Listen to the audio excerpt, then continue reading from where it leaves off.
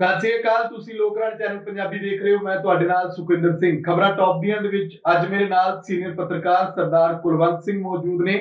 ਗੱਲਬਾਤ ਕਰਾਂਗੇ ਕਿਸਾਨੀ ਅੰਦੋਲਨ ਦੇ ਵਿਚਾਲੇ ਇੱਕ ਵੱਡੀ ਖਬਰ ਸਾਹਮਣੇ ਆ ਰਹੀ ਹੈ ਕਿ ਦੀਪ ਸਿੱਧੂ ਦੇ ਮਸਲੇ ਦੇ ਵਿੱਚ ਅੱਜ ਸੁਣਵਾਈ ਸੀ।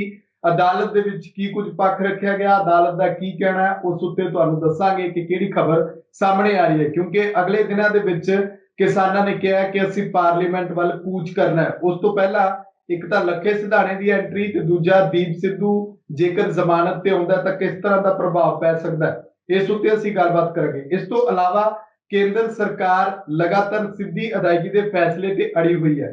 ਪੰਜਾਬ ਸਰਕਾਰ ਵੱਲੋਂ ਮੰਤਰੀਆਂ ਦਾ ਇੱਕ ਪੈਨਲ ਜਿਹੜਾ ਉਹ ਭੇਜਿਆ ਗਿਆ। ਗੱਲਬਾਤ ਕੇਂਦਰ ਸਰਕਾਰ ਦੇ ਨਾਲ ਅੱਜ ਹੋਣੀ ਹੈ।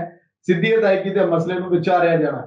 ਇਸ ਦੇ ਨਾਲ ਇੱਕ ਹੋਰ ਖਬਰ ਇਹ ਕਿ ਕਿਸਾਨ ਅੰਦੋਲਨ ਦੇ ਦਬਾਅ ਨੂੰ ਦੇਖਦਿਆਂ ਭਾਜਪਾ ਇੰਜ ਲੱਗਦਾ ਹੈ ਕਿ ਪੈਰ ਪਿੱਛੇ ਖਿੱਚ ਰਹੀ ਹੈ। ਭਾਜਪਾ ਦੇ ਸੀਨੀਅਰ ਆਗੂ, ਕਹਿ ਲਓ ਕਿ ਪੁਰਸ਼ ਆਗੂ ਜਿਹੜੇ ਨੇ ਉਹ ਹੁਣ ਮੈਦਾਨ ਦੇ ਵਿੱਚ ਨਹੀਂ ਦਿਖ ਰਹੇ, ਤਾਂ ਬੀਬੀਆਂ ਦੇ ਵੱਲੋਂ, ਭਾਜਪਾ ਦੀਆਂ ਮਹਿਲਾ ਮੋਰਚਾ ਦੀਆਂ ਆਗੂਆਂ ਦੇ ਵੱਲੋਂ ਜਲੰਧਰ ਦੇ ਵਿੱਚ, ਲੁਧਿਆਣੇ ਦੇ ਵਿੱਚ, ਪਟਿਆਲੇ 'ਚ ਵੱਖ-ਵੱਖ ਥਾਵਾਂ ਤੇ ਚੂੜੀਆਂ ਜਿਹੜੀਆਂ ਨੇ ਕਾਂਗਰਸੀ ਵਿਧਾਇਕਾਂ ਨੂੰ ਜਾਂ ਕਾਂਗਰਸ ਦੇ ਲੀਡਰਾਂ ਦੇ ਘਰਾਂ ਦੇ ਬਾਹਰ, ਜਿਵੇਂ ਕੈਪਟਨ ਅਮਰਿੰਦਰ ਸਿੰਘ ਦੇ ਘਰ ਦੇ ਬਾਹਰ ਇੱਥੇ ਪਟਿਆਲਾ ਵਿੱਚ, ਸ਼ਾਹੀ ਸ਼ਹਿਰ ਵਿੱਚ ਸੁੱਟੀਆਂ ਗਈਆਂ, ਤੇ ਉਧਰ ਜਲੰਧਰ ਦੇ ਵਿੱਚ ਵਿਧਾਇਕਾਂ ਦੇ ਘਰ ਨੂੰ ਘੇਰਿਆ ਗਿਆ। ਤਾਂ ਦੂਜੇ ਪਾਸੇ ਲੁਧਿਆਣਾ ਦੇ ਵਿੱਚ ਭਾਰਤ ਭੂਸ਼ਣ ਆਸ਼ੂ ਦੀ ਜਿਹੜੀ ਪਤਨੀ ਹੈ ਉਹਨਾਂ ਦੇ ਨਾਲ ਕਾਫੀ ਬਹਿਸ ਹੋਈ ਇਹਨਾਂ ਦੀ।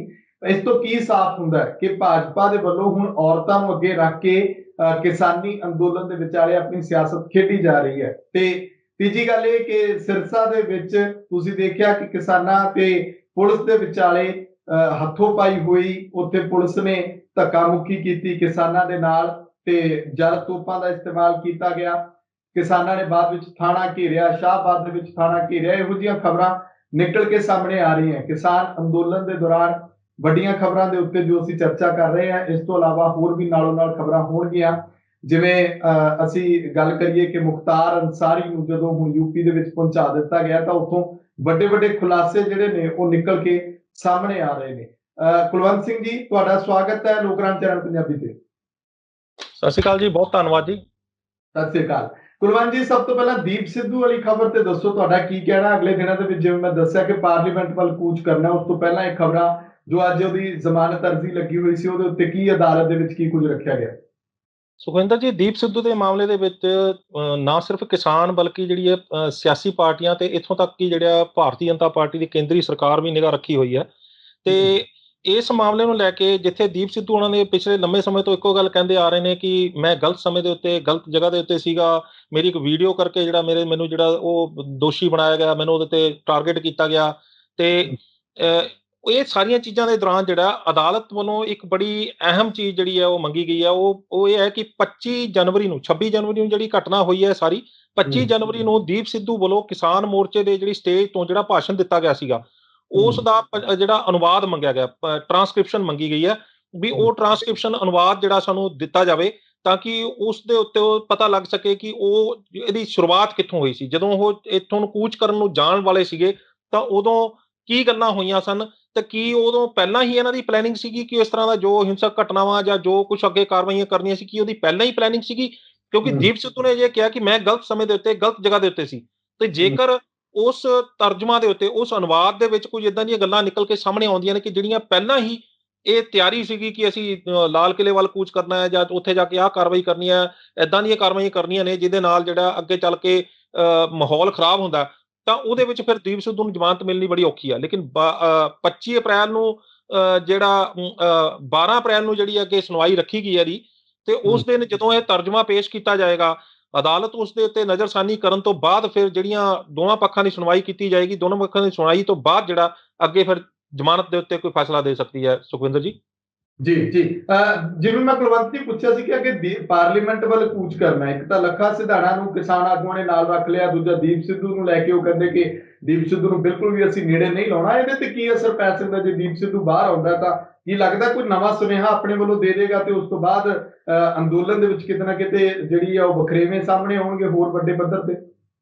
ਦੇਖੋ ਸੁਖਵਿੰਦਰ ਜੀ, ਇੱਥੇ ਵੀ ਉਹੀ ਗੱਲ ਆ ਜਾਂਦੀ ਹੈ ਕਿ ਸ਼ਕਤੀ ਪ੍ਰਦਰਸ਼ਨ। ਦੀਪ ਲੱਖਾ ਸਿਧਾਣਾ ਵੱਲੋਂ ਮਹਿਰਾਜ ਪਿੰਡ ਦੇ ਵਿੱਚ ਜਿਹੜੀ ਰੈਲੀ ਕੀਤੀ ਗਈ ਸੀ, ਉਹਦੇ ਚ ਪੂਰਾ ਜਿਹੜਾ ਉਹਨਾਂ ਨੇ ਸ਼ਕਤੀ ਪ੍ਰਦਰਸ਼ਨ ਕੀਤਾ। ਉੱਥੇ 10,000 ਤੋਂ ਵੱਧ ਜਿਹੜੇ ਲੋਕਾਂ ਦਾ ਇਕੱਠ ਹੋਇਆ ਤੇ ਉਹਨਾਂ ਨੇ ਦਿਖਾਇਆ ਕਿ ਮੇਰੇ ਨਾਲ ਲੋਕ ਕਿੰਨੇ ਨੇ। ਸਿਆਸੀ ਪਾਰਟੀਆਂ ਜਿਸ ਤਰ੍ਹਾਂ ਆਪਣਾ ਸ਼ਕਤੀ ਪ੍ਰਦਰਸ਼ਨ ਕਰਦੀਆਂ ਨੇ, ਸਿਆਸੀ ਲੋਕ ਜਿਸ ਤਰ੍ਹਾਂ ਆਪਣਾ ਸ਼ਕਤੀ ਪ੍ਰਦਰਸ਼ਨ ਕਰਦੇ ਨੇ, ਤੇ ਉਸ ਤੋਂ ਬਾਅਦ ਫਿਰ ਉਹਨਾਂ ਦਾ ਮੁੱਲ ਪੈਂਦਾ। ਇਹੋ ਕੁਝ ਹੋਇਆ ਲੱਖਾ ਸਿਧਾਣਾ ਦੇ ਨਾਲ ਵੀ। ਲੱਖਾ ਸਿਧਾਣਾ ਨੇ ਵੀ ਜਦੋਂ ਸ਼ਕਤੀ ਪ੍ਰਦਰਸ਼ਨ ਕੀਤਾ ਤੇ ਉਸ ਤੋਂ ਬਾਅਦ ਫਿਰ ਉਹਨਾਂ ਨੇ ਕਿਸਾਨ ਮੋਰਚੇ ਦੇ ਜਿਹੜੇ ਲੋਕ ਸੀਗੇ, ਉਹਨਾਂ ਦੇ ਉੱਤੇ ਦਬਾਅ ਪੈਣਾ ਸ਼ੁਰੂ ਹੋਇਆ, ਜਾਂ ਉਹਨਾਂ ਨੇ ਵੀ ਉਹਨਾਂ ਦੀ ਜਿਹੜੀ ਹੈ ਉਹ ਗੱਲ ਮੰਨੀ ਵੀ ਹਾਂ ਇਹ ਬੰਦੇ ਵੀ ਪਾਵਰਫੁਲ ਨੇ, ਇਹਨਾਂ ਨਾਲ ਵੀ ਕੋਈ 4 ਲੋਕ ਹੈਗੇ ਨੇ, ਤਾਂ ਉਹਨਾਂ ਨੂੰ ਲੈ ਲਿਆ ਗਿਆ। ਦੀਪ ਸਿੱਧੂ ਹੁਣ ਜੇਲ੍ਹ 'ਚ ਨੇ। ਦੀਪ ਸਿੱਧੂ ਜਦੋਂ ਜੇਲ੍ਹ 'ਚ ਨੇ, ਉਹਨਾਂ ਦੇ ਕੋਈ ਸ਼ਕਤੀ ਪ੍ਰਦਰਸ਼ਨ ਨਹੀਂ, ਉਹਨਾਂ ਦੇ ਵੱਲ ਹਾਂ ਦਾ ਨਾਅਰਾ ਮਾਰਨ ਵਾਲੇ ਚੰਦ ਲੋਕਾਂ ਦੇ ਇਲਾਵਾ ਅਗਰ ਦੇਖਿਆ ਜਾਵੇ ਤਾਂ ਕੋਈ ਵੱਡਾ ਜਿਹੜਾ ਸਮਰਥਨ ਨਿਕਲ ਕੇ ਸਾਹਮਣੇ ਨਹੀਂ ਆ ਰਿਹਾ। ਇਸੇ ਕਰਕੇ ਦੀਪ ਸਿੱਧੂ ਨੂੰ ਥੋੜਾ ਜਿਹਾ ਹਲੇ ਇੱਕ ਪਾਸੇ ਕੀਤਾ ਹੋਇਆ। ਬਾਹਰ ਆਉਂਦੇ ਨੇ, ਬਾਹਰ ਆ ਕੇ ਕੀ ਚੀਜ਼ਾਂ ਨਿਕਲ ਕੇ ਸਾਹਮਣੇ ਆਉਂਦੀਆਂ ਨੇ, ਕਿੱਦਾਂ ਮਾਹੌਲ ਚੇਂਜ ਹੁੰਦਾ, ਕਿਸ ਤਰ੍ਹਾਂ ਦੀਆਂ ਜਿਹੜੀਆਂ ਕਿੱਦਾਂ ਦੇ ਲੋਕ ਉਹਨਾਂ ਦੇ ਹੱਕ ਦੇ ਵਿੱਚ ਅੱਗੇ ਆਉਂਦੇ ਨੇ, ਇਹ ਵੇਖਣ ਵਾਲੀ ਗੱਲ ਹੋਏਗੀ। ਲੇਕਿਨ ਗੱਲ ਇੱਥੇ ਤੁਸੀਂ ਗੱਲ ਕੀਤੀ ਹੈ ਕਿ ਪਾਰਲੀਮੈਂਟ ਵੱਲ ਕੂਚ ਕਰਨ ਦੀ। ਸੇਮ ਉਦਾਂ ਦਾ ਹੀ ਮਾਹੌਲ ਹੈਗਾ ਜਿੱਦਾਂ 26 ਜਨਵਰੀ ਨੂੰ ਜਿਹੜਾ ਟਰੈਕਟਰ ਮਾਰਚ ਕੱਢਣਾ ਸੀਗਾ, ਉਦਾਂ ਦਾ ਹੀ ਮਾਹੌਲ ਹੈ, ਉਦਾਂ ਦੀ ਹੀ ਪੁਲਿਸ ਵੱਲੋਂ ਵੀ ਤਿਆਰੀ ਹੈ, ਉਦਾਂ ਦੀ ਵੀ ਜਿਹੜੀਆਂ ਸਿਆਸੀ ਲੋਕਾਂ ਦੀ ਨਿਗਾਹ ਰੱਖੀ ਹੋਈ ਹੈ, ਉਦਾਂ ਦੀ ਕਿਸਾਨਾਂ ਵੱਲੋਂ ਤਿਆਰੀ ਹੈ।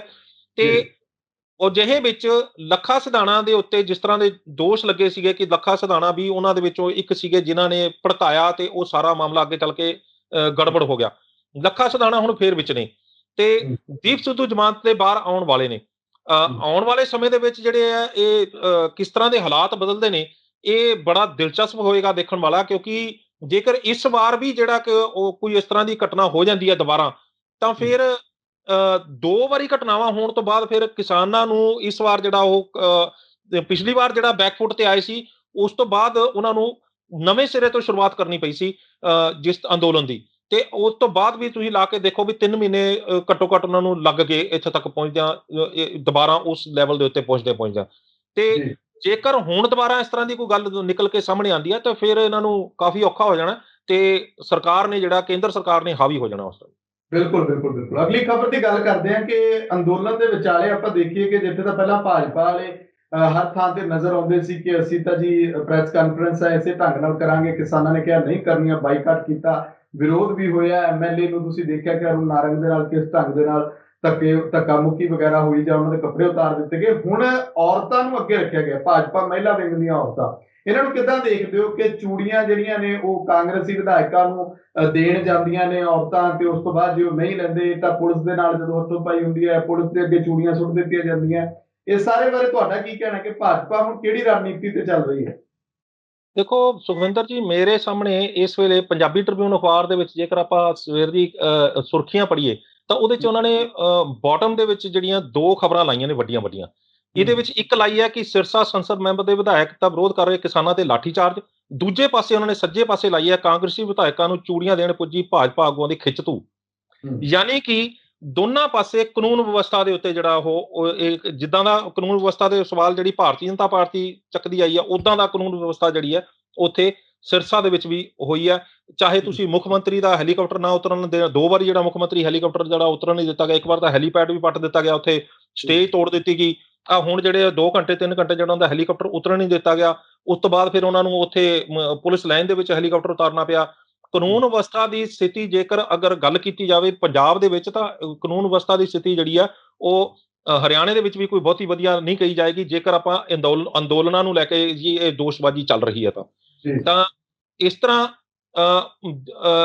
ਇੱਕ ਪਾਸੇ ਅਗਰ ਗੱਲ ਕੀਤੀ ਜਾਵੇ ਕਿ ਕਿਸਾਨ ਜਿਹੜੇ ਨੇ ਉਹ ਇਹਨਾਂ ਦੇ ਕਾਂਗਰਸ ਦੇ ਇਸ਼ਾਰੇ ਦੇ ਉੱਤੇ ਕੰਮ ਕਰ ਰਹੇ ਨੇ ਜੀ। ਇੱਥੇ ਤਾਂ ਚਲੋ ਸੱਤਾਧਾਰੀ ਪਾਰਟੀ ਹੈਗੀ ਹੈ ਕਿਸਾਨ ਜਿਹੜੀ ਕਾਂਗਰਸ ਪਾਰਟੀ, ਹਰਿਆਣੇ ਤਾਂ ਜਿਹੜੀ ਉਹ ਉਹਨਾਂ ਦੀ ਭਾਰਤੀ ਜਨਤਾ ਪਾਰਟੀ ਦੀ ਸਰਕਾਰ ਆ ਉੱਥੇ। ਫਿਰ ਉੱਥੇ ਵੀ ਜੇਕਰ ਕਿਸਾਨ ਉਹ ਕਾਂਗਰਸ ਦੇ ਇਸ਼ਾਰੇ ਦੇ ਉੱਤੇ ਕਰ ਰਹੇ ਨੇ, ਤੇ ਉੱਥੇ ਤਾਂ ਫਿਰ ਉਹਨਾਂ ਦੀ ਸਾਰੀ ਜਿਹੜੇ ਤੰਤਰ ਤੇ ਉੱਥੇ ਜਿਹੜਾ ਸਰਕਾਰ ਉਹਨਾਂ ਦੇ ਹੱਥ ਦੇ ਵਿੱਚ ਹੈ। ਉੱਥੇ ਕਿਉਂ ਨਹੀਂ ਫਿਰ ਉਹਨਾਂ ਕੋਲ ਕੰਟਰੋਲ ਹੋ ਰਹੇ? ਜੇ ਉੱਥੇ ਤਾਂ ਇਦੋਂ ਵੀ ਵੱਡਾ ਹੰਗਾਮਾ ਹੋ ਚੁੱਕੇ ਨੇ, ਜਿੰਨੇ ਹੰਗਾਮੇ ਉਰੇ ਹੋਏ ਨੇ ਉਸ ਤੋਂ ਕਿਤੇ 10 ਗੁਣਾ ਵੱਡੇ ਹੰਗਾਮੇ ਉੱਥੇ ਹੋ ਚੁੱਕੇ ਨੇ, ਤੇ ਫਿਰ ਉੱਥੇ ਉਹਨਾਂ ਕੋਲ ਕਿਉਂ ਕੰਟਰੋਲ ਨਹੀਂ ਹੋ ਰਹੇ?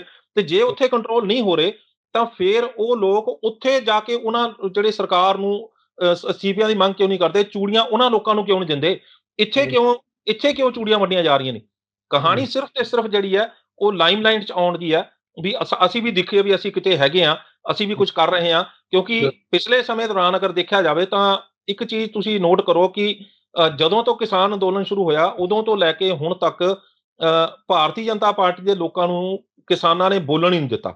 ਜੇ ਕਿਤੇ ਹੁਣ ਪਿੱਛੇ ਜੇ ਇੱਕ ਖਬਰ ਸੀਗੀ ਕਿ ਪਟਿਆਲੇ ਦੇ ਵਿੱਚ ਕੁਝ ਭਾਰਤੀ ਜਨਤਾ ਪਾਰਟੀ ਦੇ ਆਗੂਆਂ ਨੇ ਇੱਥੇ ਕੈਂਪੇਨ ਸ਼ੁਰੂ ਕੀਤੀ ਸੀਗੀ, ਵੀ ਪ੍ਰਚਾਰ ਸ਼ੁਰੂ ਕੀਤਾ ਸੀਗਾ ਵੀ ਆਉਣ ਵਾਲੀਆਂ ਚੋਣਾਂ ਨੂੰ ਲੈ ਕੇ ਕੁਝ ਜਿਹੜੇ ਆਪਣੇ ਆਪ ਨੂੰ ਉਮੀਦਵਾਰ ਕਹਿ ਰਹੇ ਸੀ, ਆਉਣ ਵਾਲੇ ਭਵਿੱਖ ਦੇ ਉਮੀਦਵਾਰ ਕਹਿ ਰਹੇ ਸੀ ਵੀ ਅਸੀਂ ਚੋਣਾਂ ਲੜਾਂਗੇ, ਤਾਂ ਉਹਨਾਂ ਦੇ ਵੀ ਖਿਲਾਫ ਜਿਹੜੇ ਆ ਉਹ ਕਿਸਾਨਾਂ ਨੇ ਵਿਰੋਧ ਕੀਤਾ ਤੇ ਉਹਨਾਂ ਨੂੰ ਹੀ ਭੱਜਣਾ ਪਿਆ। ਸੋ ਕਹਾਣੀ ਇੱਥੋਂ ਤੱਕ ਵਿਗੜ ਚੁੱਕੀ ਸੀ ਕਿ ਕਿਤੇ ਵੀ ਕਿਸਾਨਾਂ ਨੂੰ ਜਿਹੜਾ ਉਹ ਬੋਲਣ, ਕਿਸਾਨ ਜਿਹੜੇ ਸੀ ਉਹ ਭਾਰਤੀ ਜਨਤਾ ਪਾਰਟੀ ਦੇ ਆਗੂਆਂ ਨੂੰ ਜਿਹੜਾ ਜਨਤਕ ਤੌਰ ਦੇ ਉੱਤੇ ਉਹ ਆਪਣਾ ਕੋਈ ਵੀ ਪ੍ਰੋਗਰਾਮ ਕਰਨ ਦੀ ਜਿਹੜੀ ਹੈ ਇਜਾਜ਼ਤ ਨਹੀਂ ਦੇ ਰਹੇ ਸੀ। ਅਰੁਣ ਨਾਰੰਗ ਦੀ ਘਟਨਾ ਤੋਂ ਬਾਅਦ ਭਾਰਤੀ ਜਨਤਾ ਪਾਰਟੀ ਵਾਲੇ ਕੁਝ ਹਾਵੀ ਹੋਏ ਸੀ ਕਿ ਚਲੋ ਉਹ ਨਿਕਲੇ ਬਾਹਰ, ਉਹਨਾਂ ਨੇ ਪ੍ਰਦਰਸ਼ਨ ਵੀ ਕੀਤੇ, ਉਸ ਤੋਂ ਬਾਅਦ ਉਹਨਾਂ ਨੇ ਥੋੜਾ ਬਹੁਤਾ ਲੋਕਾਂ ਨੂੰ ਮਿਲਣਾ ਵੀ ਸ਼ੁਰੂ ਕੀਤਾ। ਤਾਂ ਉਹਨਾਂ ਨੂੰ ਮੇਰੀ ਕੁਝ ਭਾਰਤੀ ਜਨਤਾ ਪਾਰਟੀ ਵਾਲੇ ਲੋਕਾਂ ਨਾਲ ਗੱਲ ਹੋਈ ਸੀ, ਤਾਂ ਉਹਨਾਂ ਦਾ ਇਹ ਕਹਿਣਾ ਸੀਗਾ ਕਿ ਅਰੁਣ ਨਾਰੰਗ ਦੀ ਘਟਨਾ ਨਾਲ ਸਾਨੂੰ ਫਾਇਦਾ ਹੋਇਆ, ਨੁਕਸਾਨ ਨਹੀਂ ਹੋਇਆ, ਸਾਨੂੰ ਫਾਇਦਾ ਹੀ ਹੋਇਆ।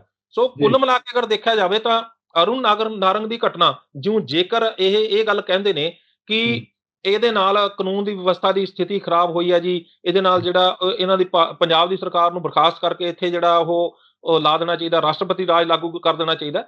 ਤਾਂ ਮੇਰੇ ਮੁਤਾਬਕ ਜਿਹੜਾ ਹੈਗਾ ਉਹ ਇੱਕ ਗੱਲ ਦੇਖਣ ਵਾਲੀ ਹੈ ਕਿ ਇਹਦਾ ਕੁੱਲ ਜਿਹੜਾ ਫਾਇਦਾ ਕਿਹਨੂੰ ਹੋਣ ਵਾਲਾ, ਫਾਇਦਾ ਜਿਹੜਾ ਕੁਲਵੰਤ ਜੀ ਇੱਥੇ ਮੈਂ ਨਾਲ ਜੋੜਦਾ ਤੇ ਤੁਸੀਂ ਜਿਵੇਂ ਕਹਿ ਰਹੇ ਸੀ ਕਿ ਰਾਜਪਾਲ ਹੋਣਾ ਨੇ ਵੀ ਕਹਿੰਦੇ ਰਿਪੋਰਟ ਮੰਗ ਲਈ ਹੈ ਇਸ ਮਾਮਲੇ ਦੀ ਪੂਰੀ, ਪਹਿਲਾਂ ਕੇਂਦਰ ਸਰਕਾਰ ਪਈ, ਪੰਜਾਬ ਸਰਕਾਰ ਨੂੰ ਵੀ ਏਦਾਂ ਨਹੀਂ ਹੋਣਾ ਚਾਹੀਦਾ, ਹੁਣ ਰਾਜਪਾਲ ਨੇ ਰਿਪੋਰਟ ਮੰਗੀ ਹੈ, ਕਿੱਧਰ ਇਸ਼ਾਰਾ ਕਿੱਧਰ ਕਰਦਾ? ਰਾਜਪਾਲ ਵੱਲੋਂ ਜਿਹੜਾ ਰਿਪੋਰਟ ਮੰਗੀ ਗਈ ਹੈ, ਵੀਪੀ ਸਿੰਘ ਬਦਨੌਰ ਵੱਲੋਂ ਜਿਹੜੇ ਮੁੱਖ ਮੰਤਰੀ ਤੋਂ ਰਿਪੋਰਟ ਮੰਗੀ ਗਈ ਹੈ, ਤੇ ਅੱਗੇ ਤੋਂ ਅਜਿਹੀਆਂ ਘਟਨਾਵਾਂ ਨਾ ਹੋਣ ਉਹਦੇ ਲਈ ਜਿਹੜਾ ਉਹ ਸਰਕਾਰ ਨੂੰ ਇਹ ਹਦਾਇਤ ਕੀਤੀ ਗਈ ਹੈ ਕਿ ਉਹ ਇਹਦੇ ਪੁਖਤਾ ਪ੍ਰਬੰਧ ਕਰਨ। ਸੋ ਆਪਣੇ ਵੱਲੋਂ ਜਿਹੜਾ ਸਾਰਾ ਕੁਝ ਕਰਨ ਦੀ ਕੋਸ਼ਿਸ਼ ਕਰ ਰਹੇ ਨੇ ਭਾਰਤੀ ਜਨਤਾ ਪਾਰਟੀ ਦੇ ਲੋਕ, ਠੀਕ ਹੈ, ਸਿਆਸੀ ਤੌਰ ਦੇ ਉੱਤੇ ਉਹਨਾਂ ਨੂੰ ਵਿਚਰਨ ਦੀ ਪੂਰੀ ਇਜਾਜ਼ਤ ਹੈ, ਲੇਕਿਨ ਕਿਸਾਨ ਜਿਹੜੇ ਨੇ ਉਹ ਇਸ ਗੱਲ ਨੂੰ ਮੰਨਣ ਨੂੰ ਤਿਆਰ ਨਹੀਂ। ਉਹ ਕਹਿੰਦੇ ਨੇ ਵੀ ਸਾਡੇ ਨਾਲ ਜੋ ਜ਼ੁਲਮ ਹੋ ਰਹੇ ਨੇ, ਸਾਡੀਆਂ ਜ਼ਮੀਨਾਂ ਖੋਹਣ ਤੱਕ ਚਲੀਆਂ ਗਈਆਂ, 300 ਕਿਸਾਨ, 300 ਤੋਂ ਵੱਧ ਕਿਸਾਨ ਜਿਹੜੇ ਨੇ ਉੱਥੇ ਸ਼ਹੀਦ ਹੋਏ ਨੇ। ਜੇਕਰ ਆਪਾਂ ਦੇਖਿਆ ਜਾਵੇ ਤਾਂ ਕਾਨੂੰਨ ਵਿਵਸਥਾ ਦੀ ਗੱਲ ਨੂੰ ਇੱਥੇ ਤਾਂ ਰੌਲਾ ਪਾ ਰਹੇ ਨੇ, ਉੱਥੇ ਹਰਿਆਣੇ ਦੇ ਵਿੱਚ 300 ਕਿਸਾਨ ਜਿਹੜੇ ਉੱਥੇ ਸ਼ਹੀਦ ਹੋ ਜਾਂਦੇ ਨੇ, ਉਹਨਾਂ ਲਈ ਤਾਂ ਉਹ ਮੰਨਣ ਨੂੰ ਤਿਆਰ ਨਹੀਂ ਹੈਗੇ ਵੀ ਇਹ ਬੰਦੇ ਜਿਹੜੇ ਆ ਉਹ ਸ਼ਹਾਦਤ ਹੋ ਗਏ, ਉਹਨਾਂ ਦੀ ਹੋ ਗਈ। ਉਹਨਾਂ ਦੇ ਕਹਿੰਦਾ ਵੀ ਜੇ ਤਾਂ ਇਹ ਘਰਾਂ 'ਚ ਹੁੰਦੇ, ਜਿਹੜੇ ਉਹਨਾਂ ਦੇ ਜੇਪੀ ਦਲਾਲ ਨੇ ਉੱਥੇ ਦੇ ਕ੍ਰਿਸ਼ੀ ਜਿਹੜੇ ਖੇਤੀਬਾੜੀ ਮੰਤਰੀ ਨੇ, ਉਹ ਕਹਿੰਦੇ ਵੀ ਇਹ ਤਾਂ ਘਰਾਂ 'ਚ ਹੁੰਦੇ ਤਾਂ ਵੀ ਇਹਨਾਂ ਦੀ ਮੌਤ ਹੋ ਜਾਂਦੀ। ਸੋ ਜਦੋਂ ਅਜਿਹੇ ਹਾਲਾਤ ਹੋਣ ਤਾਂ ਉਦੋਂ ਫਿਰ ਦੂਜੇ ਨੂੰ ਚੂੜੀਆਂ ਦੇਣ ਦੀ ਬਜਾਏ ਪਹਿਲਾਂ ਆਪਾਂ ਆਪਣੀ ਪੀੜ੍ਹੀ ਥੱਲੇ ਸੋਟਾ ਫੇਰ ਲਈਏ ਵੀ ਉੱਥੇ ਜਿਹੜਾ ਉਹ ਕਿੰਨਾ ਕੀ ਕੁਛ ਉੱਥੇ ਹੋ ਰਿਹਾ, ਤੇ ਫਿਰ ਕੁਛ ਨਹੀਂ ਹੈਗਾ, ਸਿਰਫ ਤੇ ਸਿਰਫ ਸਿਆਸਤ ਹੋ ਰਹੀ ਹੈ। ਸਿਆਸੀ ਜਿਹੜਾ ਮਾਹੌਲ ਜਿਹੜਾ ਉਹ ਗਰਮ ਕੀਤਾ ਜਾ ਰਿਹਾ, ਤੇ ਇਹ ਦੱਸਣ ਦੀ ਕੋਸ਼ਿਸ਼ ਕੀਤੀ ਜਾ ਰਹੀ ਹੈ ਵੀ ਅਸੀਂ ਵੀ ਕਿਤੇ ਹੈਗੇ ਆ, ਅਸੀਂ ਗਏ ਨਹੀਂ ਕਿਤੇ ਵੀ। ਨਾਲੇ ਕੁਲਵੰਤ ਜੀ, ਇੱਕ ਹੋਰ ਸਿੱਧੀ ਅਦਾਇਗੀ ਵਾਲਾ ਮਸਲਾ, ਸਿੰਘ ਫਸੇ ਹੋਏ ਨੇ ਕਿਸਾਨਾਂ ਦੇ ਨਾਲ, ਸਰਕਾਰ ਦੇ ਨਾਲ।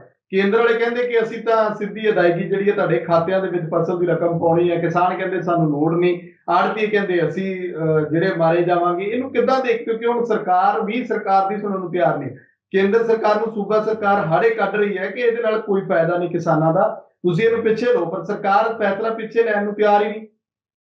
ਦੇਖੋ ਇਸ ਤਰ੍ਹਾਂ ਹੈ ਕਿ ਇਹਦੇ ਲਈ 4 ਮੰਤਰੀਆਂ ਦਾ ਜਿਹੜਾ ਉਹ ਇੱਕ ਪੈਨਲ ਬਣਾਇਆ ਗਿਆ, ਉਹਦੇ ਚ ਮਨਪ੍ਰੀਤ ਬਾਦਲ, ਭਾਰਤ ਭੂਸ਼ਣ ਆਸ਼ੂ, ਵਿਜੇਂਦਰ ਸਿੰਗਲਾ ਤੇ ਲਾਲ ਸਿੰਘ ਜਿਹੜੇ ਚੇਅਰਮੈਨ ਨੇ ਮੰਡੀ ਬੋਰਡ ਦੇ, ਇਹਨਾਂ ਦਾ ਇੱਕ ਪੈਨਲ ਬਣਾਇਆ ਗਿਆ। ਇਹ ਅੱਜ ਜਿਹੜੇ ਸ਼ਾਮ ਨੂੰ ਜਿਹੜਾ ਇਹਨਾਂ ਨੇ ਗੱਲਬਾਤ ਕਰਨੀ ਹੈ, ਇਹਨਾਂ ਨੇ ਕੇਂਦਰੀ ਮੰਤਰੀ ਪਿਊਸ਼ ਗੋਇਲ ਦੇ ਨਾਲ, ਤੇ ਉੱਥੇ ਜਿਹੜਾ ਇਸ ਰੇੜਕੇ ਨੂੰ ਜਿਹੜਾ ਉਹ ਠੀਕ ਕਰਨ ਦੀ ਕੋਸ਼ਿਸ਼ ਕੀਤੀ ਜਾਏਗੀ ਕਿ ਇਹ ਸਿੱਧੀ ਅਦਾਇਗੀ ਦੇ ਨਾਲ ਜਿਹੜਾ ਕਿਸਾਨਾਂ ਨੂੰ, ਆੜ੍ਹਤੀਆਂ ਨੂੰ, ਇਹਨਾਂ ਸਾਰਿਆਂ ਨੂੰ ਜਿਹੜਾ ਨੁਕਸਾਨ ਹੋਣ ਵਾਲਾ ਹੈ। ਤੇ ਆੜ੍ਹਤੀਆਂ ਨੇ ਇੱਥੋਂ ਤੱਕ ਕਿ ਹੜਤਾਲ ਦਾ ਜਿਹੜਾ 30 ਤਰੀਕ ਨੂੰ ਜਿਹੜਾ ਹੜਤਾਲ ਦਾ ਸੱਦਾ ਦੇ ਦਿੱਤਾ ਵੀ ਅਸੀਂ ਤਾਂ ਹੜਤਾਲ ਤੇ ਚਲੇ ਜਾਵਾਂਗੇ ਜਿਹੜਾ ਆਉਣ ਵਾਲੇ ਸਮੇਂ ਦੇ ਵਿੱਚ 10 ਤਰੀਕ ਨੂੰ। ਤਾਂ ਇਹਦਾ ਨੁਕਸਾਨ ਜਿਹੜਾ ਉਹ ਸਿੱਧਾ ਜਿਹੜਾ ਉਹ ਕੈਪਟਨ ਸਰਕਾਰ ਨੂੰ ਹੋਣ ਵਾਲਾ, ਕਿਉਂਕਿ ਜੇਕਰ ਸਿੱਧੀ ਅਦਾਇਗੀ ਹੁੰਦੀ ਹੈ ਤਾਂ ਉਹਦੇ ਨਾਲ ਜਿਹੜਾ ਕਿਸਾਨ ਜਿਹੜੇ ਨੇ, ਉਹ ਕਿਸਾਨ ਵੀ ਤੇ ਆੜ੍ਹਤੀ ਵੀ, ਉਹ ਦੋਵਾਂ ਸਰਕਾਰਾਂ ਨਾਲ ਨਾਰਾਜ਼ ਹੋਣਗੇ। ਇੱਕ ਸਰਕਾਰ ਨਾਲ ਨਾਰਾਜ਼ ਨਹੀਂ ਹੋਣਗੇ, ਇੱਕ ਸਰਕਾਰ ਨਾਲ ਇਸ ਕਰਕੇ ਕਿ ਉਹਨਾਂ ਨੇ ਇਹ ਹੁਕਮ ਲਾਗੂ ਕੀਤਾ, ਦੂਜੀ ਸਰਕਾਰ ਨਾਲ ਇਸ ਕਰਕੇ ਕਿ ਤੁਸੀਂ ਜਿਹੜਾ ਇਸ ਲਈ ਕੁਝ ਨਹੀਂ ਕਰ ਪਾਏ। ਤੇ ਇਸੇ ਕਰਕੇ ਹੁਣ ਪੰਜਾਬ ਸਰਕਾਰ ਜਿਹੜੀ ਆ ਉਹ ਇਸ ਵਾਸਤੇ ਲੱਗੀ ਹੋਈ ਹੈ, ਤੇ ਇਹ ਦੱਸਣ ਤੇ ਲੱਗੀ ਹੋਈ ਹੈ ਵੀ ਅਸੀਂ ਤਾਂ ਆਪਣੀ ਆਖਰੀ ਤੱਕ ਵਾਹ ਲਾ ਲਈ, ਪਰ ਸਾਡੇ ਕੋਲੇ ਇਹਦਾ ਹੱਲ ਕੋਈ ਨਹੀਂ ਨਿਕਲਿਆ। ਨਾਲ ਇੱਕ ਹੋਰ ਚੀਜ਼ ਜਿਹੜੀ ਕਿਸਾਨ ਵੀਰਾਂ ਲਈ ਜਿਹੜੀ ਜ਼ਰੂਰੀ ਹੈਗੀ ਹੈ ਕਿ ਪੰਜਾਬ ਸਰਕਾਰ ਨਾਲ ਜਿਹੜਾ ਉਸ ਚੀਜ਼ ਦੇ ਸਿੱਧੀ ਅਦਾਇਗੀ ਦੇ ਟ੍ਰਾਇਲ ਵੀ ਕਰਨੇ ਸ਼ੁਰੂ ਕਰ ਦਿੱਤੇ ਨੇ ਉਹਨਾਂ ਨੇ, ਵੀ ਉਸਲੇ ਸੌਫਟਵੇਅਰ ਜਾਂ ਜੋ ਕੁਝ ਵੀ ਕਰਨਾ ਹੈਗਾ ਉਹਦੇ ਟ੍ਰਾਇਲ ਚਾਲੂ ਨੇ। ਤੇ ਪਲਾਨ B ਦੇ ਤੌਰ ਤੇ ਇਹਨੂੰ ਦੇਖਿਆ ਜਾ ਰਿਹਾ ਵੀ ਜੇ ਪਹਿਲਾਂ ਤਾਂ ਕੋਸ਼ਿਸ਼ ਕਰਾਂਗੇ ਵੀ ਜੇਕਰ ਕੇਂਦਰ ਸਰਕਾਰ ਮੰਨ ਜਾਂਦੀ ਹੈ ਤੇ ਤਾਂ ਠੀਕ ਹੈ, ਜੇ ਨਹੀਂ ਮੰਨ ਜਾਂਦੀ ਤੇ ਫਿਰ ਸਿੱਧੀ ਅਦਾਇਗੀ ਤਾਂ ਸਾਨੂੰ ਕਰਨੀ ਹੀ ਪਏਗੀ। ਤਾਂ ਅਜਿਹੇ ਹਾਲਾਤਾਂ ਦੇ ਵਿੱਚ ਦੂਜੇ ਪਾਸੇ ਜਿਹੜੇ ਆੜ੍ਹਤੀ ਨੇ, ਉਹਨਾਂ ਨੇ ਵੀ ਕਿਸਾਨਾਂ ਤੋਂ ਜ਼ਮੀਨਾਂ ਦੇ ਰਿਕਾਰਡ ਮੰਗਣੇ ਸ਼ੁਰੂ ਕਰ ਦਿੱਤੇ ਨੇ। ਕੁਝ ਕਿਸਾਨ ਜਿਹੜੇ ਨੇ ਅਵੈਸਲੇ ਹੈਗੇ ਨੇ, ਤੇ ਤੁਸੀਂ ਆਉਣ ਵਾਲੇ ਸਮੇਂ 'ਚ ਤੁਸੀਂ ਦੇਖਿਓ ਵੀ ਫਰਦ ਕੇਂਦਰਾਂ ਦੇ ਉੱਤੇ ਕਿੰਨੀ ਭੀੜ ਲੱਗ ਜਾਣੀ ਹੈ, ਰੌਲਾ ਪੈ ਜਾਣਾ ਉੱਥੇ, ਕਿਉਂਕਿ ਉੱਥੇ ਮੌਕੇ ਦੇ ਉੱਤੇ ਸਾਰੇ ਜਾਣਗੇ ਤੇ ਉੱਥੇ ਜਿਹੜਾ ਉਹ ਅਦਾਇਗੀਆਂ ਵਾਸਤੇ ਜਿਹੜਾ ਜਦੋਂ ਰਿਕਾਰਡ ਮੰਗਾਇਆ ਜਾਣ, ਰਿਕਾਰਡ ਜਿਹੜੇ ਜ਼ਮੀਨ ਦੇ ਰਿਕਾਰਡ ਜਿਹੜੇ ਉੱਥੋਂ ਫਰਦ ਕੇਂਦਰਾਂ 'ਚੋਂ ਨਿਕਲਣੇ ਨਹੀਂ, ਉੱਥੇ ਵੀ ਆਉਣ ਵਾਲੇ ਸਮੇਂ ਦੇ ਵਿੱਚ ਰੌਲਾ ਪੈਂਦਾ ਤੁਸੀਂ ਜਲਦੀ ਵੇਖ ਸਕੋਗੇ। ਬਿਲਕੁਲ ਬਿਲਕੁਲ ਬਿਲਕੁਲ। ਅੱਛਾ, ਅਗਲੀ ਖਬਰ ਹੁਣ ਆਪਾਂ ਜਦੋਂ ਕਾਨੂੰਨ ਵਿਵਸਥਾ ਦੀ ਗੱਲ ਕਰਦੇ ਹਾਂ, ਮੋਗੇ ਤੋਂ ਮੈਂ ਦੇਖਿਆ ਕਿ ਪੰਜਾਬੀ ਟ੍ਰਿਬਿਊਨ ਦੇ ਵਿੱਚ ਦੋ ਵੱਡੀਆਂ ਅਹਿਮ ਖਬਰਾਂ ਨਜ਼ਰ ਆਈਆਂ। ਇੱਕ ਤਾਂ ਮੋਗਾ ਪੁਲਿਸ ਨੇ ਇੱਕ ਥਾਣੇ ਦੇ ਵਿੱਚ ਨੌਜਵਾਨਾਂ ਦੇ ਨਾਲ ਜੋ ਤਸ਼ੱਦਦ ਕੀਤਾ, ਦੋ ਲੋਕਾਂ ਦੇ ਨਾਲ, ਉਹਨਾਂ ਨੂੰ ਜੀ ਫੜ ਕੇ ਉਹਨਾਂ ਨੂੰ ਅੰਦਰ ਤੁਸੀਂ ਦੇਖਿਆ ਕਿ ਉਹ ਫੱਟਿਆਂ ਦੇ ਵਿਚਾਲੇ ਜੇ ਪੈਰ ਫਸਾਏ ਨੇ, ਉਹਨਾਂ ਦੇ ਕਾਫੀ ਤਸ਼ੱਦਦ ਹੋਇਆ ਤੇ ਉਹਦੇ ਜੀ ਵਿੱਚ ਇੱਕ ਸ਼ਾਇਦ ਪੁਲਿਸ ਮੁਲਾਜ਼ਮ ਨੂੰ ਬਰਖਾਸਤ ਕੀਤਾ ਹੈ ਤੇ ਬਾਕੀ ਲਾਈਨ ਹਾਜ਼ਰ ਕਰ ਲਏ। ਤੇ ਦੂਜੀ ਖਬਰ ਨਾਲੋਂ ਨਾਲ ਇਹ ਹੈ ਕਿ ਇੱਕ ਗੈਂਗਸਟਰ ਨੂੰ ਜਿਹੜੀ ਬਾਹਰ ਵਿਦੇਸ਼ ਤੱਕ ਜਾਣ ਦੇ ਵਿੱਚ ਇੱਕ ਪੁਲਿਸ ਮੁਲਾਜ਼ਮ ਨੇ, ਪੁਲਿਸ ਅਧਿਕਾਰੀ ਨੇ ਮਦਦ ਕੀਤੀ, ਉਹਨੂੰ ਵੀ ਜਿਹੜਾ ਬਰਖਾਸਤ ਕਰ ਦਿੱਤਾ ਗਿਆ। ਇਹ ਕਿੱਦਾਂ ਦੇਖਦੇ ਹੋ ਪੰਜਾਬ ਪੁਲਿਸ ਦੀ ਕਾਰਗੁਜ਼ਾਰੀ ਇਹਨਾਂ ਦੋਨਾਂ ਖਬਰਾਂ ਦੇ ਜ਼ਰੀਏ? ਦੇਖੋ, ਇਸ ਤਰ੍ਹਾਂ ਦੋਨੇ ਘਟਨਾਵਾਂ ਜਿਹੜੀਆਂ ਨੇ ਮੋਗੇ ਦੀਆਂ ਨੇ। ਇੱਕ ਦੇ ਵਿੱਚ ਤਾਂ ਜਿਹੜਾ ਉਹ ਕੰਪਨੀ ਦਾ ਇੱਕ ਫਾਈਨਾਂਸ ਕੰਪਨੀ ਦਾ ਮੈਨੇਜਰ ਹੈ ਤੇ ਉਹਦਾ ਜਿਹੜਾ ਸਿਕਿਉਰਿਟੀ ਗਾਰਡ ਹੈ, ਉਹ ਪਾਰਕਿੰਗ ਨੂੰ ਲੈ ਕੇ ਕੁਝ ਝਗੜਾ ਹੋਇਆ ਉਹਨਾਂ ਦਾ ਕਿਸੇ ਰਸੂਖਦਾਰ ਬੰਦਿਆਂ ਦੇ ਨਾਲ। ਤੇ ਉਸ ਤੋਂ ਬਾਅਦ ਉਹ ਰਸੂਖਦਾਰ ਬੰਦਾ, ਦੋਸ਼ ਹੈ ਕਿ ਰਸੂਖਦਾਰ ਬੰਦੇ ਜਿਹੜੇ ਸੀ ਉਹਨਾਂ ਨੇ ਪੁਲਿਸ ਬੁਲਾ ਲਈ। ਜਿਹੜਾ ਥਾਣੇਦਾਰ ਸੀਗਾ ਉੱਥੇ ਮੌਕੇ ਦਾ ਥਾਣੇਦਾਰ, ਉਹਨਾਂ ਨੂੰ ਜਿਹੜੇ ਫਾਈਨਾਂਸ ਕੰਪਨੀ ਦਾ ਮੈਨੇਜਰ ਤੇ ਉਹ ਜਿਹੜਾ ਸਿਕਿਉਰਿਟੀ ਗਾਰਡ ਸੀ ਉਹਨਾਂ ਨੂੰ ਥਾਣੇ ਲੈ ਗਿਆ। ਉੱਥੇ ਲਿਜਾ ਕੇ ਦੋ ਫੱਟਿਆਂ ਦੇ ਵਿਚਕਾਰ ਜਿਹੜਾ ਸੁਰਾਖ ਕੱਢਿਆ ਹੁੰਦਾ, ਜਿਸ ਤਰ੍ਹਾਂ ਜਿਹੜਾ ਆਪਾਂ ਅੰਗਰੇਜ਼ਾਂ ਦੇ ਜ਼ਮਾਨੇ ਦੇ ਵਿੱਚ ਦੇਖਿਆ ਜਾਂਦਾ ਸੀ ਕਿ ਗਲੇ 'ਚ ਫੱਟਾ ਲਟਕਾ ਕੇ ਤੇ ਉਹਦੇ ਚੋਂ ਹੱਥ ਵਿੱਚੋਂ ਦੀ ਕੱਢ ਦਿੰਦੇ ਸੀ। ਇਸੇ ਤਰ੍ਹਾਂ ਉਹਨਾਂ ਦੀਆਂ ਲੱਤਾਂ ਵਿੱਚੋਂ ਕੱਢ ਕੇ ਤੇ ਉਹਨਾਂ ਦੇ ਉੱਤੇ ਜਿਹੜਾ ਉਹ ਪੂਰੀ ਤਰ੍ਹਾਂ ਤਸ਼ੱਦਦ ਕੀਤਾ ਗਿਆ। ਉਹਦੀ ਵੀਡੀਓ ਜੇ ਤੱਕ ਵਾਇਰਲ ਨਾ ਹੁੰਦੀ ਤਾਂ ਫਿਰ ਇਹ ਘਟਨਾ ਜਿਹੜੀ ਸ਼ਾਇਦ ਉਹ ਸਾਹਮਣੇ ਨਾ ਆਉਂਦੀ। ਕੁਛ ਜਿਹੜੇ ਸਮਾਜ 'ਚ ਪਹਿਲਾ ਬਿਆਨ ਕੁਲਵੰਤ ਜੀ ਹੋਣਾ ਸੀ ਕਿ ਇਹੋ ਜਿਹਾ ਤਾਂ ਕੁਝ ਹੋਇਆ ਹੀ ਨਹੀਂ, ਝੂਠੇ ਹੋਇਆ ਵੀ ਇਲਜ਼ਾਮ। ਨਹੀਂ ਸੀ ਕਿ ਇਹ ਸਾਡੇ ਤੇ ਝੂਠੇ ਇਲਜ਼ਾਮ ਨੇ, ਬਿਲਕੁਲ। ਤੇ ਇਹ ਵੀਡੀਓ ਵਾਇਰਲ ਹੋ ਗਈ ਤੇ ਉੱਥੋਂ ਦੇ ਜਿਹੜੇ ਐਸਐਸਪੀ ਨੇ ਹਰਮਨਵੀਰ ਸਿੰਘ, ਉਹਨਾਂ ਨੇ ਜਿਹੜਾ ਉਹ ਥਾਣੇ ਦੇ ਮੁਨਸ਼ੀ ਤੇ ਐਸਐਚਓ ਨੂੰ ਜਿਹੜਾ ਉਹਨਾਂ ਨੇ ਲਾਈਨ ਹਾਜ਼ਰ ਕਰਤਾ। ਜਿਹੜਾ ਥਾਣੇਦਾਰ ਸੀਗਾ ਅਮਰਜੀਤ ਸਿੰਘ ਮੇਰੇ ਖਿਆਲ ਤੇ ਨਾਮ ਹੈ ਉਹਦਾ, ਤੇ ਉਹਨੂੰ ਜਿਹੜਾ ਉਹਨਾਂ ਨੇ ਬਰਖਾਸਤ ਕਰ ਦਿੱਤਾ ਹੈਗਾ। ਤੇ ਦੂਜੀ ਘਟਨਾ ਦੇ ਵਿੱਚ ਤੁਸੀਂ ਦੇਖ ਰਹੇ ਹੋ ਕਿ ਇੱਕ ਜਿਹੜਾ ਗੈਂਗਸਟਰ ਹੈਗਾ ਉਹ ਵਿਦੇਸ਼ ਚਲਾ ਜਾਂਦਾ ਹੈ। ਉਹ ਗਲਤ ਢੰਗ ਨਾਲ ਪਾਸਪੋਰਟ ਬਣਾ ਕੇ ਉਹਦੇ ਤੇ ਕਈ ਮਾਮਲੇ ਦਰਜ ਸੀਗੇ, ਕਈਆਂ 'ਚ ਉਹ ਬਰੀ ਹੋ ਚੁੱਕਿਆ ਸੀ, ਕਈ ਹਲੇ ਅਦਾਲਤੀ ਕੇਸ ਚੱਲ ਰਹੇ ਸੀਗੇ। ਤੇ ਉਹ ਮਾਮਲੇ ਜਿਹੜੇ ਸੀਗੇ ਉਹਨਾਂ ਦੇ ਬਾਵਜੂਦ ਜਿਹੜੇ ਉਹ ਆਪਣੇ ਚੰਦ ਪੈਸਿਆਂ ਦੇ ਦੋਸ਼ ਹੈ ਕਿ ਚੰਦ ਪੈਸਿਆਂ ਦੇ ਬਦਲੇ ਜਿਹੜੇ ਉਹਨਾਂ ਨੇ ਉਹ ਰਿਕਾਰਡ ਮੁਨਸ਼ੀ ਨੇ ਵੀ ਨਹੀਂ ਉਹਨਾਂ ਨੂੰ ਜਿਹੜਾ ਉਹ ਸਹੀ ਜਿਹੜੀ ਰਿਪੋਰਟ ਦਿੱਤੀ, ਤੇ ਜਿਨ੍ਹਾਂ ਨੇ ਅੱਗੇ ਜਿਹੜਾ ਇਨਕੁਆਇਰੀ ਕਰਨ ਗਿਆ ਸੀ ਉਹਨੇ ਵੀ ਸਹੀ ਰਿਪੋਰਟ ਨਹੀਂ ਦਿੱਤੀ ਸੀ। ਤੇ ਉਹਦੇ ਹੱਕ ਵਿੱਚ, ਗੈਂਗਸਟਰ ਦੇ ਹੱਕ ਦੇ ਵਿੱਚ ਉਹਨੇ ਸਾਰਾ ਰਿਪੋਰਟ ਦੇਤੀ ਤੇ ਉਹ ਪਾਸਪੋਰਟ ਬਣਾ ਕੇ ਉਹ ਵਿਦੇਸ਼ ਚਲਾ ਗਿਆ। ਘਟਨਾ ਜਿਹੜਾ ਭਾਂਡਾ ਉੱਥੇ ਫੁੱਟਿਆ ਜਦੋਂ ਉਸਨੇ ਫਿਰ ਬਾਹਰੋਂ ਜਾ ਕੇ ਫਿਰ ਉਹੀ ਕੰਮ ਕਰਨੇ ਸ਼ੁਰੂ ਕਰ ਦਿੱਤੇ, ਫਰੋਤੀਆਂ ਦੇ ਤੇ ਧਮਕੀਆਂ ਦੇਣ ਦੇ ਉੱਤੇ। ਤੇ ਹੁਣ ਆਪਾਂ ਆਈਏ ਕਿ ਇਹ ਪੰਜਾਬ ਪੁਲਿਸ ਦੇ ਉੱਤੇ ਕੋਈ ਇਲਜ਼ਾਮ ਪਹਿਲੀ ਵਾਰ ਨਹੀਂ ਲੱਗੇ। ਜਿਵੇਂ ਤੁਸੀਂ ਕਹਿ ਰਹੇ ਹੋ ਕਿ ਜੇਕਰ ਉਹ ਨਾ ਸਾਹਮਣੇ ਆਉਂਦਾ ਤੇ ਇਹ ਮਤਲਬ ਇਹ ਸਾਰਾ ਭਾਂਡਾ ਜਿਹੜਾ ਸੀ ਉਹ ਭੰਨਿਆ ਹੀ ਨਹੀਂ ਜਾਣਾ ਸੀਗਾ। ਧੱਕਾ ਜਿਹੜਾ ਉਹ ਇਹ ਇੱਕ ਸਿਰਫ ਆਪਾਂ ਸੂਬੇ ਦੀ ਸਰਕਾਰ ਦੇ ਉੱਤੇ ਜਾਂ ਪੁਲਿਸ ਦੇ ਉੱਤੇ ਹੀ ਨਹੀਂ ਆਪਾਂ ਗੱਲ ਕਰਾਂਗੇ। ਮੇਰੇ ਕੋਲੇ ਕੁਝ ਅੰਕੜੇ ਨੇ ਜੇਕਰ ਜਿਹੜੇ ਸਾਬਤ ਕਰਦੇ ਨੇ ਕਿ ਜਿਹੜਾ ਧੱਕਾ ਹੈਗਾ ਉਹ ਬੜੀ ਬੁਰੀ ਤਰ੍ਹਾਂ ਹੋ ਰਿਹਾ। ਅੱਜ ਤੁਸੀਂ ਇੱਕ ਗੱਲ ਦੇਖੋ ਕਿ NSA, national security act, UPA, unlawful activity prevention act ਤੇ ਦੇਸ਼ ਧਰੋਹ ਦੇ ਮਾਮਲਿਆਂ ਦੇ ਵਿੱਚ, ਦੇਸ਼ ਧਰੋਹ ਦੇ ਮਾਮਲੇ ਦੀ ਅਗਰ ਗੱਲ ਕੀਤੀ ਜਾਵੇ ਤਾਂ 62,000 ਲੋਕੀ ਜਿਹੜੇ ਨੇ ਪਿਛਲੇ ਸਾਲ ਜਿਹੜੇ ਸੀ ਉਹਨਾਂ ਨੇ ਫੜ ਕੇ ਜੇਲ੍ਹਾਂ 'ਚ ਤੁੰਨੇ ਸੀਗੇ। ਇਹਨਾਂ ਵਿੱਚੋਂ 4 ਮਾਮਲੇ ਸਿਰਫ ਜਿਹੜੇ ਨੇ, ਤੁਸੀਂ ਹੈਰਾਨ ਹੋਵੋਗੇ ਕਿ 4 ਮਾਮਲੇ ਜਿਹੜੇ ਸੀ ਉਹ ਸਾਬਤ ਹੋ ਪਾਏ ਸੀਗੇ, ਸਿਰਫ ਉਹਨਾਂ ਦੇ ਦੋਸ਼ ਤੈਅ ਹੋ ਪਾਏ ਸੀਗੇ। ਇਸੇ ਤਰ੍ਹਾਂ ਯੂਪੀਏ ਦੇ ਵਿੱਚ ਜਿਹੜੇ 5922 ਕੇਸ ਜਿਹੜੇ ਸੀਗੇ ਉਹਨਾਂ ਦੇ ਵਿੱਚ ਉਹਨਾਂ ਨੂੰ ਲੋਕਾਂ ਨੂੰ ਗ੍ਰਿਫਤਾਰ ਕੀਤਾ ਗਿਆ ਸੀਗਾ। 132 ਜਿਹੜੇ ਉਹ ਸਾਬਤ ਕਰ ਪਾਏ ਨੇ।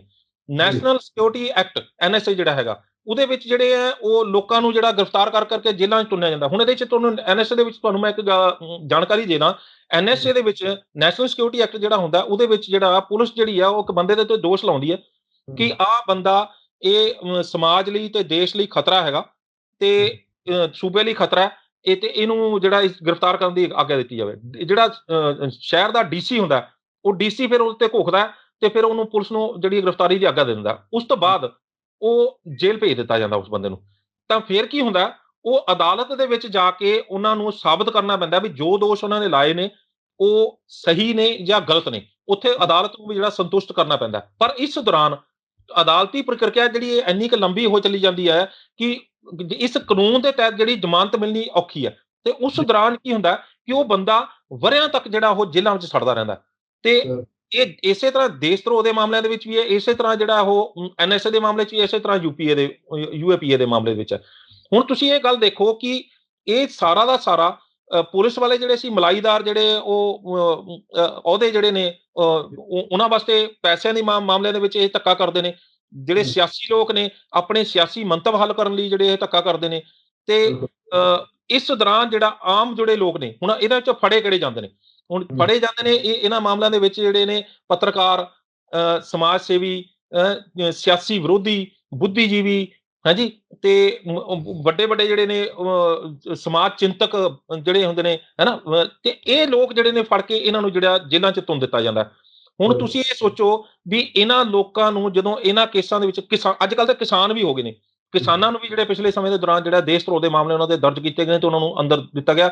ਬੜੇ ਮਾਮਲਿਆਂ ਦੇ ਵਿੱਚ ਹੁਣ ਤੁਸੀਂ ਉਹ ਦੇਖੋ, ਜਿਹੜੇ ਪਿਛਲੇ ਸਮੇਂ ਦੇ ਦੌਰਾਨ ਜਿਹੜੇ ਇੱਕ ਸਮਾਜਿਕ ਕਾਰਕਤਾ ਜਿਹੜੀ ਫੜੀ ਗਈ ਸੀਗੀ, ਤੇ ਉਹਨਾਂ ਨੂੰ ਜਦੋਂ ਗ੍ਰਿਫਤਾਰ ਕਰਕੇ ਜੇਲ੍ਹ ਭੇਜਿਆ ਗਿਆ ਤਾਂ ਉਸ ਤੋਂ ਬਾਅਦ ਅਦਾਲਤ ਨੇ ਕੀ ਟਿੱਪਣੀਆਂ ਕੀਤੀਆਂ ਨੇ, ਇਹ ਤੁਸੀਂ ਸਾਰੇ ਜਾਣਦੇ ਹੋ, ਕਿਉਂਕਿ ਉਹਨਾਂ ਨੇ ਇਹ ਇੱਥੋਂ ਤੱਕ ਕਹਿਤਾ ਸੀ ਅਦਾਲਤ ਨੇ ਕਿ ਸਰਕਾਰ ਦੇ ਨਾਲ ਜੇ ਕੋਈ ਬੰਦਾ ਸਹਿਮਤ ਨਹੀਂ ਹੈਗਾ ਤਾਂ ਉਹਦਾ ਮਤਲਬ ਇਹ ਨਹੀਂ ਹੈਗਾ ਵੀ ਉਹਨੇ ਕੋਈ ਦੇਸ਼ ਧਰੋਹ ਕਰ ਦਿੱਤਾ ਹੈ। ਦੇਸ਼ਾ ਰਵੀ ਦੇ ਮਾਮਲੇ ਦੇ ਵਿੱਚ ਤੇ ਇਹ ਦੇਸ਼ ਧਰੋਹ ਨਹੀਂ ਹੈਗਾ ਹੋ ਸਕਦਾ। ਸਰਕਾਰ ਦੇ ਨਾਲ ਸਹਿਮਤੀ ਦਾ ਮਤਲਬ ਇਹ ਨਹੀਂ ਹੈਗਾ ਕਿ ਉਹ ਬੰਦਾ ਜਿਹੜਾ ਉਹ ਦੇਸ਼ ਧਰੋਹੀ ਹੈਗਾ।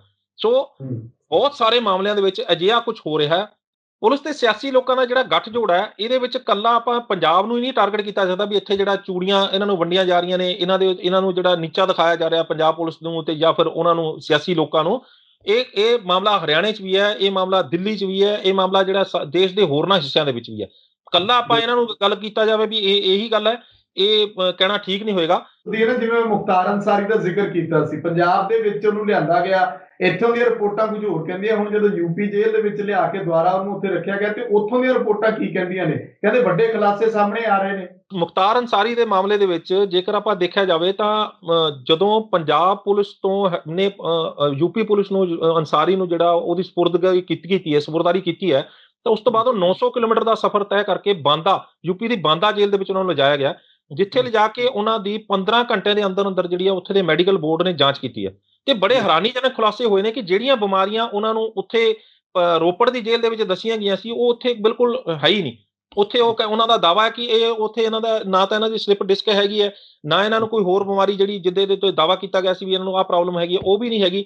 ਤੇ ਪੰਜਾਬ ਦੇ ਮੈਡੀਕਲ ਬੋਰਡ ਤੇ ਯੂਪੀ ਦੇ ਮੈਡੀਕਲ ਬੋਰਡ ਦੇ ਵਿੱਚ ਹੁਣ ਇਸ ਵੇਲੇ ਜਿਹੜੀ ਆ ਉਹ ਠਣਗੀ ਹੈਗੀ ਹੈ। ਹੁਣ ਇਹ ਦੇਖਣਾ ਇਹ ਹੋਏਗਾ ਕਿ ਅਦਾਲਤ ਦੇ ਵਿੱਚ ਜਦੋਂ ਇਹ ਰਿਪੋਰਟ ਪੇਸ਼ ਕੀਤੀ ਜਾਂਦੀ ਹੈ, ਉਸ ਤੋਂ ਬਾਅਦ ਕੀ ਅਦਾਲਤ ਦੋਵਾਂ ਮੈਡੀਕਲ ਬੋਰਡ ਦੀ ਜਿਹੜੀ ਆ ਜਾਂਚ ਨੂੰ ਪਰਖਣ ਲਈ ਵੀ ਦੋਨਾਂ ਚੋਂ ਸੱਚ ਕੌਣ ਬੋਲ ਰਿਹਾ, ਇਹਦੇ ਲਈ ਵੀ ਕੋਈ ਇਨਕੁਆਇਰੀ ਬਿਠਾਣਗੇ, ਜਾਂ ਫਿਰ ਜਿਹੜਾ ਹੈ ਇਹ ਇੱਕ ਦੀ ਰਿਪੋਰਟ ਨੂੰ ਸਹੀ ਮੰਨ ਕੇ ਜਿਹੜਾ ਉਸ ਦੇ ਉੱਤੇ ਕਾਰਵਾਈ ਕੀਤੀ ਜਾਏਗੀ।